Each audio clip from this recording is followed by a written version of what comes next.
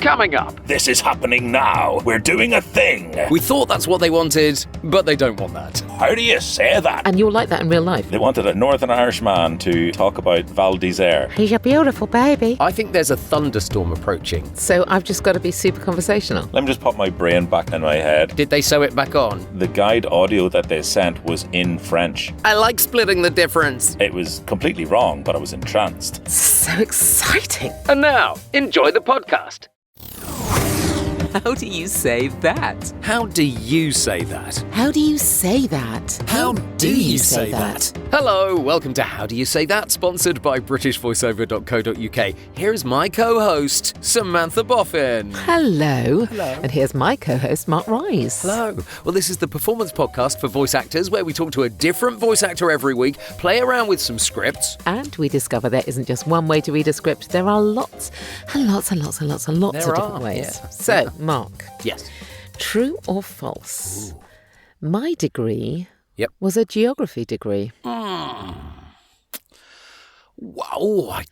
gosh, I don't know. I'm going to call false on geography. You're absolutely right.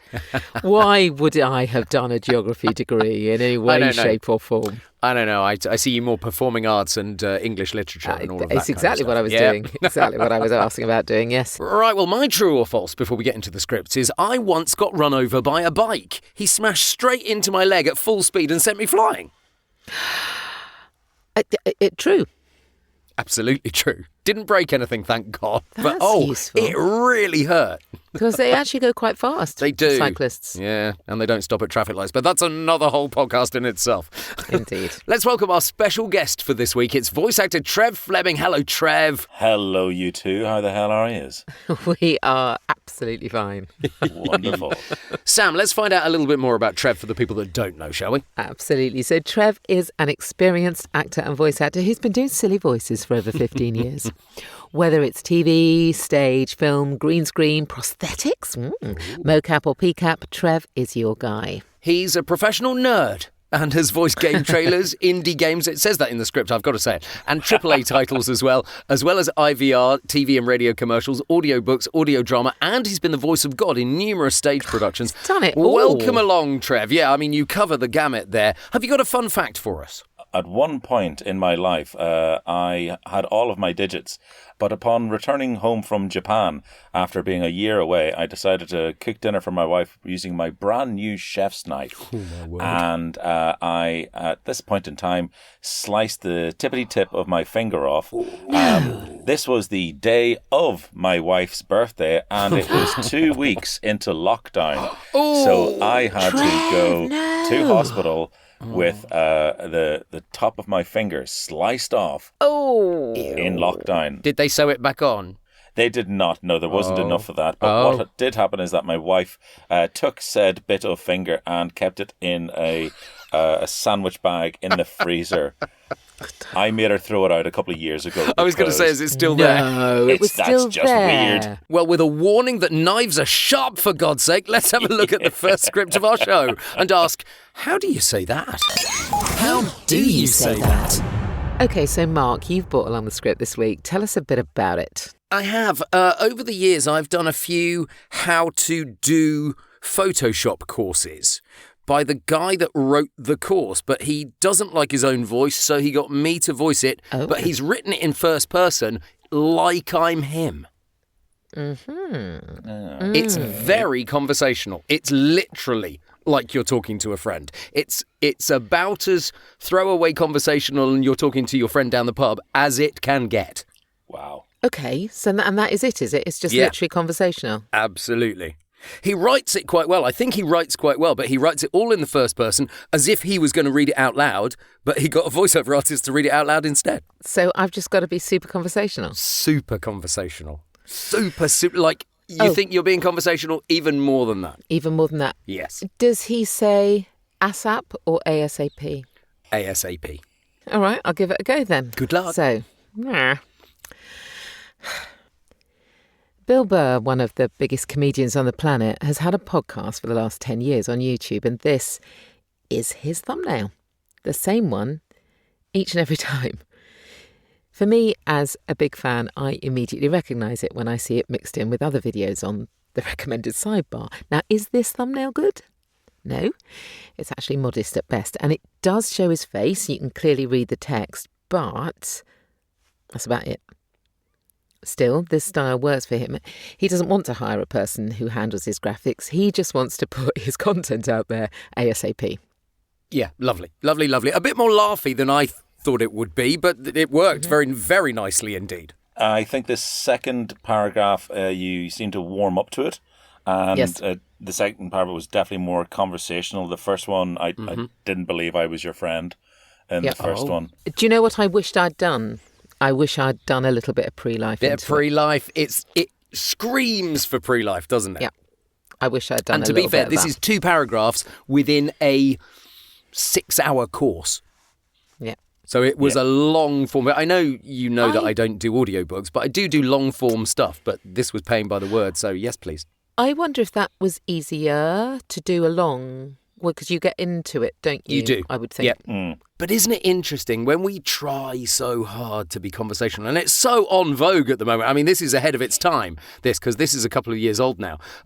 It's one of those ones that as soon as you notice that you've got to be in conversation, you stand up at the mic and you go, oh, hang on a minute. It's like Yeah. Well, of course, I wanted to keep putting in extra bits. I find if you're trying to be conversational, you always do end up putting in likes and and as and stuff like that. So how do you know how precise this person is I didn't asking us to put be? likes and ours in, but mainly that's because my style doesn't like it.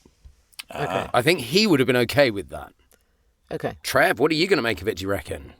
Well, let's find out, shall we? Yeah, let's find out. Yeah. Okay, here we go.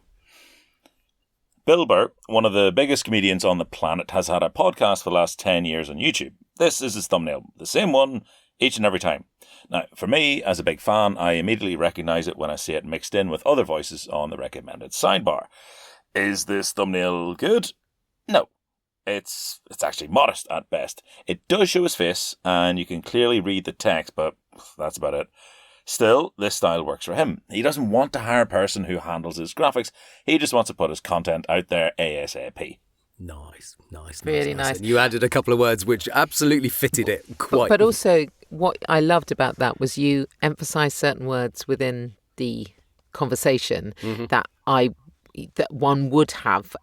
You know, if you were having a conversation, he doesn't want to hire a person. He doesn't want to do that, and that, I thought that was lovely. Actually, you did it a few times in there, and so it's conversation isn't about being flat. It's about actually genuinely imagining I would have that conversation with somebody. Absolutely, but doesn't it go to show that when it's written as a conversation, and I think when he was writing the script, he was dictating it into a dictaphone that then kind of, he got the transcript of it. When you do it that way, you are much more conversational anyway in the writing. Yes. I thought this was reading like a transcript from a YouTube video that someone was, you could see someone speaking as opposed to a voiceover script. Agreed. That's how it came across to me. Agreed. And fortunately, all 4 courses that I did for him were written that way because that's the way he wrote it. Nice work if you can get it. It was. I mean, I don't think I can really add anything to what you've said. I think you both did it beautifully because occasionally when something's really well written and you also get half-decent direction that you know that's what they want, there you go. It lays it out for itself, doesn't it? But also, you made a good point, I think, either between our ones or before we even started, is that your form of conversation is different to mine, is different to Trev's. So you're absolutely right. I maybe because you've been a presenter for so many years, and as a presenter, you don't work off script. So as a voiceover, when you work off script, you actually have to add things in. But you've taught yourself as a presenter to be quite clean. Yes. If you see what I mean. Yes. You're just naturally smooth, Mark. That's what it is. That's what he is. In your vocal delivery. Yeah. So he doesn't do the ums and ahs that everybody else does. No, I was taught very early in radio that if you pause, you don't fill it with an Yes. because you can't edit an Note to everybody. Your presenter persona has become your ordinary persona. Absolutely is my persona. Yes, that is me. That's both how I sound myself and how I hear myself. So it'll be interesting to see what your form of conversation is. Sure. And then subsequently, when I come to a commercial script that I've got to do in conversation and I have to pull it back, it's very difficult, but I'm learning all the time. I believe English is only one of the very few languages that doesn't have one of those thinking words. So I believe it's in Japanese where they're instead of saying they'll go eto, as if they're trying to think of the word, and it is a word that goes in that little. Whereas we will just go or the thing with the man. Oh, that's interesting. I'm fairly sure. Don't quote me on that, but we are now quoting you on that. That's exactly what we do. We're quoting you on that. Of course, international literally linguist. Trev says, and that's international linguist Trev Fleming. Yes. Do what I do. Yes. Right, shall I show you what I did? Do. I'm fascinated now. I can't remember what the pre-life line was, but I'll throw one in anyway. So this is a great way if you want to learn about Photoshop. Bill Burr, one of the biggest comedians on the planet, has had a podcast for the last 10 years on YouTube. This is his thumbnail, the same one each and every time. For me as a big fan, I immediately recognise it when I see it mixed in with other videos on the recommended sidebar. Is this thumbnail good? No, it's actually modest at best. It does show his face, and you can clearly read the text. That's about it. Still, this style works for him. He doesn't want to hire a person who handles his graphics. He just wants to put the content out there ASAP. Lovely. Yeah, it is your form of conversational, actually. Isn't it? Yeah. But it's so clear, clean, precise. It's very interesting, actually. It's the sort of voiceover I would expect to have on one of these videos. I think it's conversational enough, but it's also informative enough. Is it what I would class as conversational? No, but that's different people's different grading systems, I suppose. But I thought it was interesting what you said about it feels like a script that's a transcript from like a YouTube video. Yeah. Because in effect, that's pretty much what it is. And the only way to make it, I would say, come to life is by becoming the character of the person who has written it, as opposed to this everybody's friend character. So it's quite a tricky one. When we do conversational, faux conversational, yes. it's true, but conversational stuff from scripts, working from scripts, one of the tricks, or there are a number of tricks that we use, and some of them are pausing slightly before a word because as if we're plucking it out of midair or, doing it. Now, you did none of that. No, true. Because the words were written there and you knew what you were going to say. So interestingly, your form, and you're like that in real life. That is my conversation. So it is really interesting. All the tricks that we normally use, you didn't use because they're not your tricks. They're not your form of conversational. And you would say then that would take that into a different category? Well, slightly, because it felt as though you had a script. You were so pat. You were so perfect. Interesting. It's almost like an academic speaking about a subject upon which they're really knowledgeable, and that's the more side of things that I got from it. It was someone doing like a review of this guy's thumbnails, as opposed to here's how you make it. It was like, okay, on slide number 1, you can see that Bill Burr has indeed got the same thumbnail on everything. So it was quite like I say, it was clear, it was concise, and it got the information across. I don't think it reached friendly, but it did get the point across, which is the information of trying to teach people how to do Photoshop. So I'd pay you. Would you pay me Not per much, word? but I'd Would you pay pay me per word? Play, how do you say that? So it's worthwhile remembering that these are real scripts that we've been working on, but we've changed names and some of the details to avoid copyright issues. Remember, you can find both the scripts we're using today in the show notes of this episode. So Trev, tell us a bit about the script that you've brought along. I did this about 2 weeks ago, and it was given to me by a client in France, believe it or not. Weirdly, I've worked with them a few times. They wanted a Northern Irish man to talk about Val d'Isère. I don't get it, but hey, you know, every couple of months they chuck me a gig, and I'm like, yeah, right. Yeah. The timings were insane. They wanted really conversational, really relaxed, but the video they provided was epic. This is happening now. We're doing a thing. Wow, okay. So the juxtaposition between the voice and what was happening behind that is huge then. It was about this arena opening and the sound and light performance being one with the sports people. And it was very difficult to do. I did have to send them off a few goes at it, and then they were finally happy. This is after sending them the first one, which was full of energy and da-da-da. And then they were like, this is great, wonderful. And then clearly they sent it up the line. And then they're like, oh, actually, no, could you... We thought that's what they wanted, but they don't want that. Yeah. So I would imagine that's quite a challenge because you had very precise timings on this. And one of the big things about conversational reads and not dynamic reads, if you like, is to actually therefore then get it all into the timing that they wanted to get. Was that a problem? The guide audio that they sent was in French. Useful? French words, no, they didn't want me to speak French, but French words and the French mode of speaking to my ear is very casual, is very loose, is very easy sounding. It's like silk.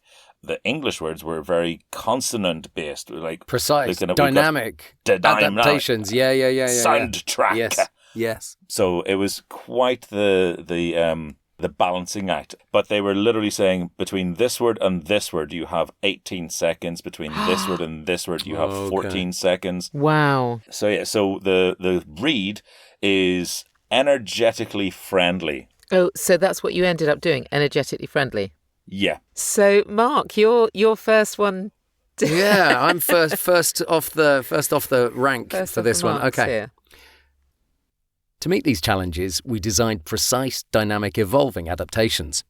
A soundtrack that adjusts in real time to the lights, the pace, and the energy of the arena. This is not just background music, it's a signature. A wave that resonates through the player's entrance show, that elevates the ceremonies, that fuels digital platforms and social media. A sound that amplifies the experience and the power of the competition. I mean, he's very good regardless. I just want to say that. I mean, I was entranced. It was completely wrong, but I was entranced. That's... Okay. Yeah. Here we go. In what way? It needs that. It was very relaxed. It was very chill. And we need to hear that energy. This is for a stadium that is full of people, 18,000 people, and the lights and the sound are all coming together. But we need to have some energy in there.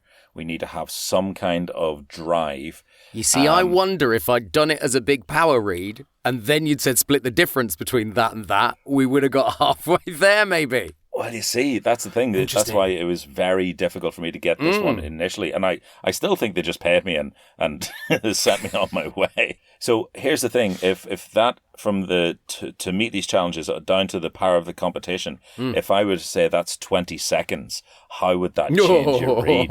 It would have changed my read entirely. And now you've put the fear of God into Sam, I think. Yeah. No, you haven't, because I remember seeing the numbers at the beginning of this, and I chose this one because it had 32 seconds at the top of it. Okay. Oh, did it? Oh, yes. So this one did have 32 seconds. Well, tell you what, Sam, let's just pretend it says 25 seconds. We'll split the difference. No, I will not. So, but I'll give it a... So you want it more dynamic than that? Yes, please. Yes. Get more energy. Yes, please. Sure. Yes, please. If you could, do your job. I should give it a go. Okay. How rude. There are no wrong reads, Trev, remember. No wrong reads, just what the client wants. He did, to be fair, he did caveat it at the beginning by saying, I love what he did, but it was wrong. Okay. Yes. So, To meet these challenges, we designed precise, dynamic, evolving adaptations, a soundtrack that adjusts in real time to the lights, the pace, and the energy of the arena.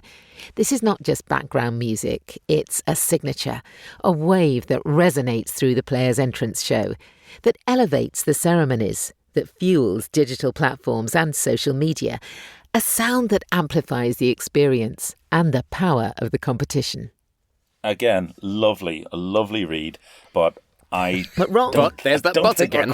I'm going to be not mean because I don't believe in being mean and direct. I don't mind. I just think it didn't have the pace.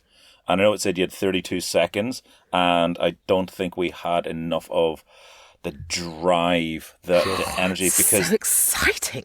Because this is I think this one occurs towards the end of as part of the larger script. So we're driving towards the end. We're coming round the last hairpin bend, and I would have a bit more oomph in there. Right. Yeah. One line really did it for me, and I wonder if you had started at that level and then worked upwards from there, that might have actually taken you to the right point. But you were really lovely on the line. A wave that resonates through the player's entrance show. You'd ramped that up a little bit there, and I wonder if you'd started the first line with that, it would have actually ramped all the way through, maybe.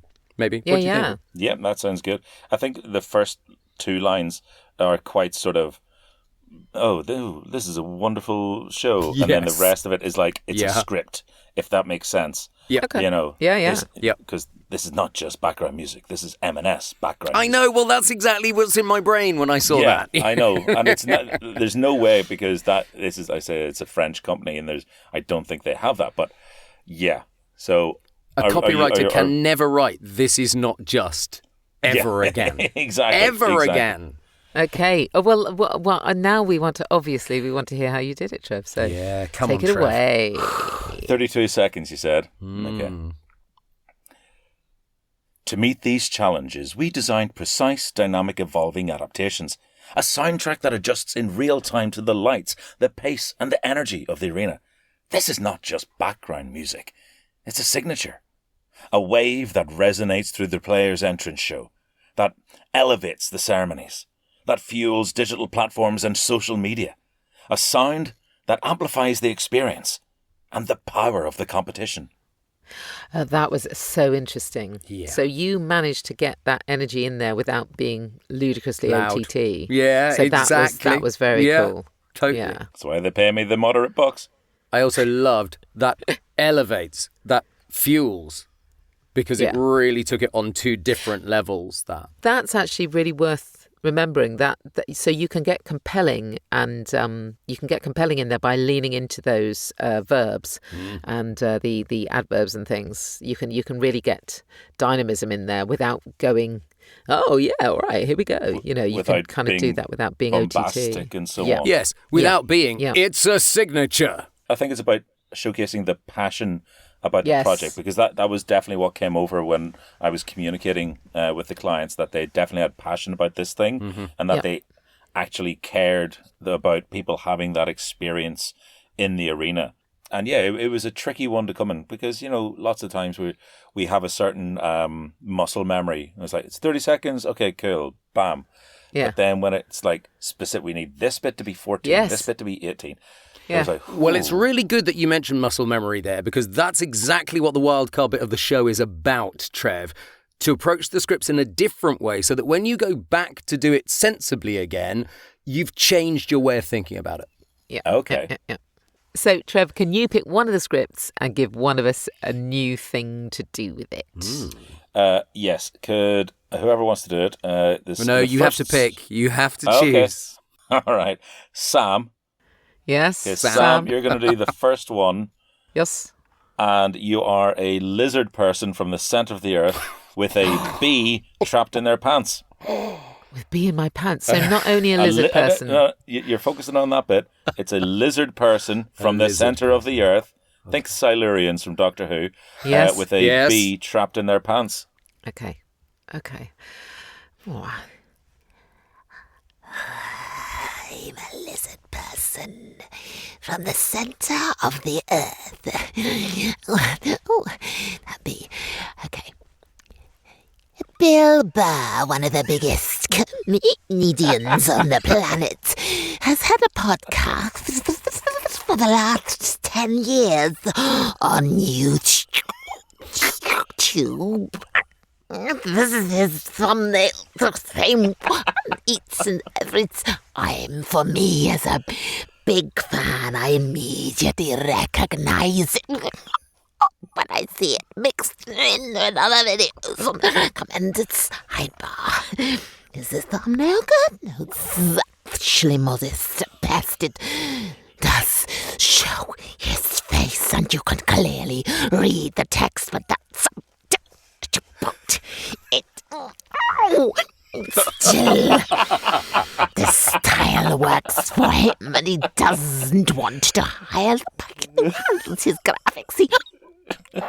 He just wants to put his content out there. ASAP. Ate the bee at the end. I ate the bee. Nice. Oh. That was lovely. It would have been Golly. challenging enough to be the bloody lizard person, I have to say.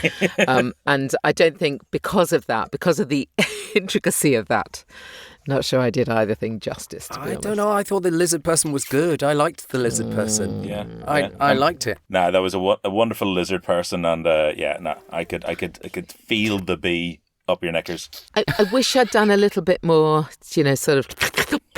Oh, I think you did Action. quite a lot of that, actually. Yeah. Did I? Yes. I can't remember now. I think when you listen back, you'll find you did quite a lot of that. I can't remember. Now, Trev, I've got one for you. Yes. I would like you to be...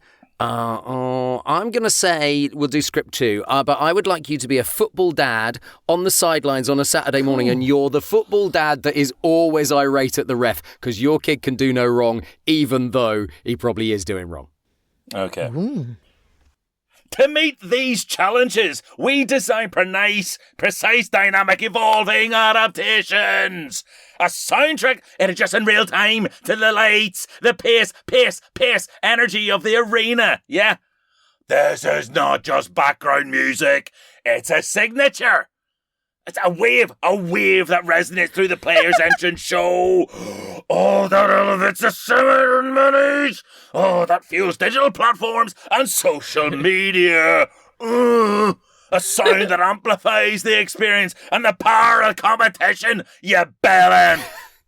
You're not going to argue with him, are you? Oh, He he's would done be a that football dad before. that was removed from the sideline, wouldn't he?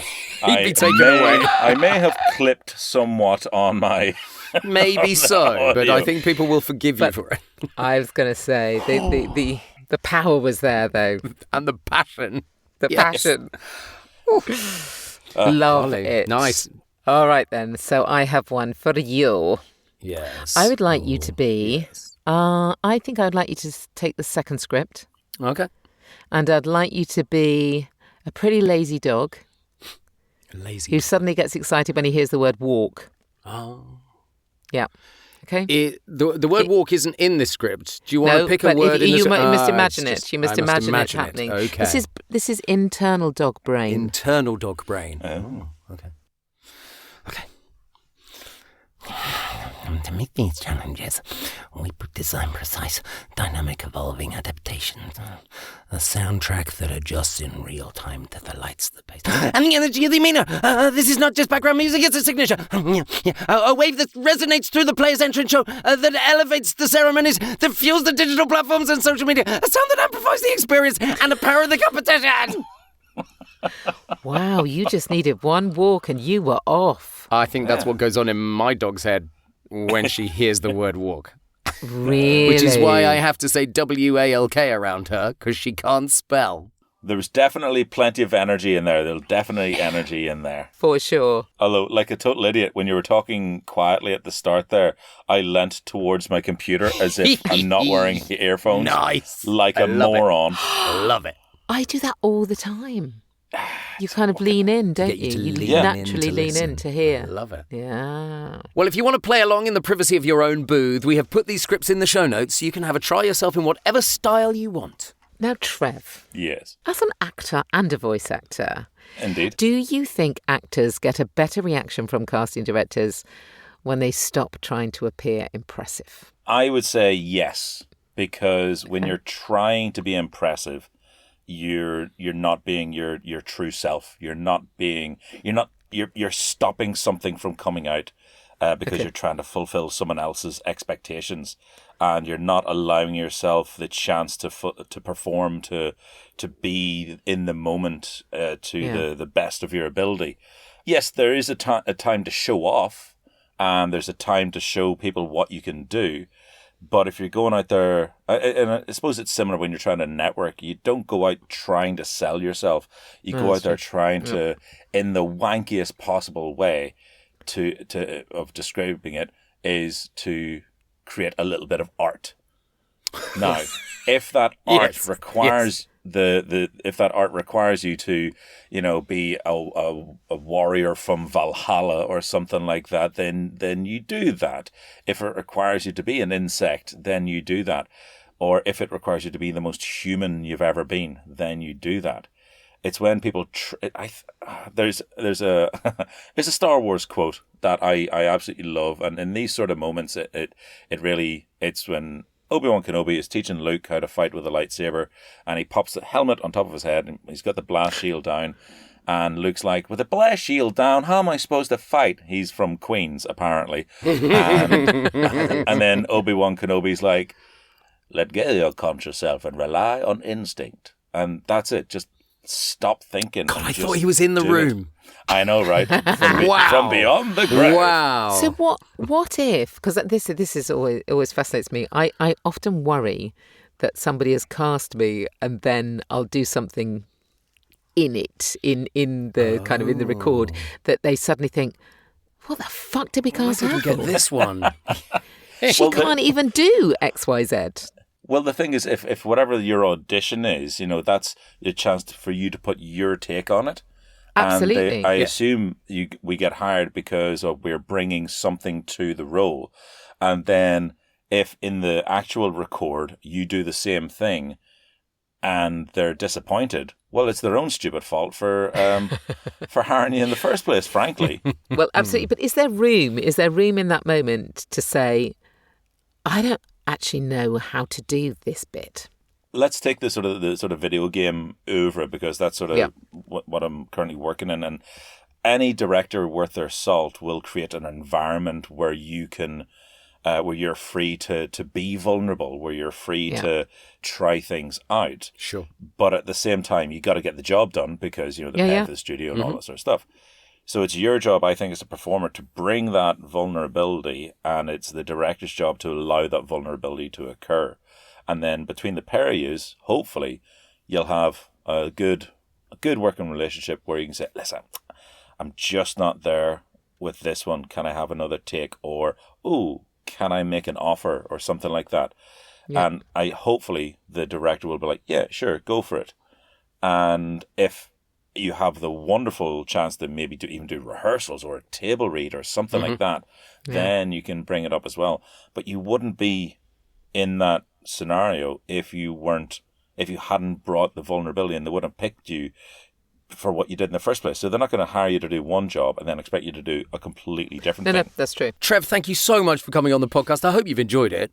It's been absolutely wonderful. Thank you so much for having me. I think I burst my microphone doing the Northern Irish dad at the sidelines. I think it was cool. Just a reminder that all of Trev Fleming's details can be found in the show notes of the episode. Absolutely, and the scripts are there too. And if you want to see what we all look like in our booths, do check out the podcast by searching at HDYST Podcast on TikTok and Instagram, and you can see us in action. I'm looking forward to that lizard from the centre of the earth. Okay, that's it for this week. Thanks again to the amazing Trev Fleming. We'll be back next week with more scripts and another voiceover guest when we'll be asking, how do you say that? How do you say that? How do you say that?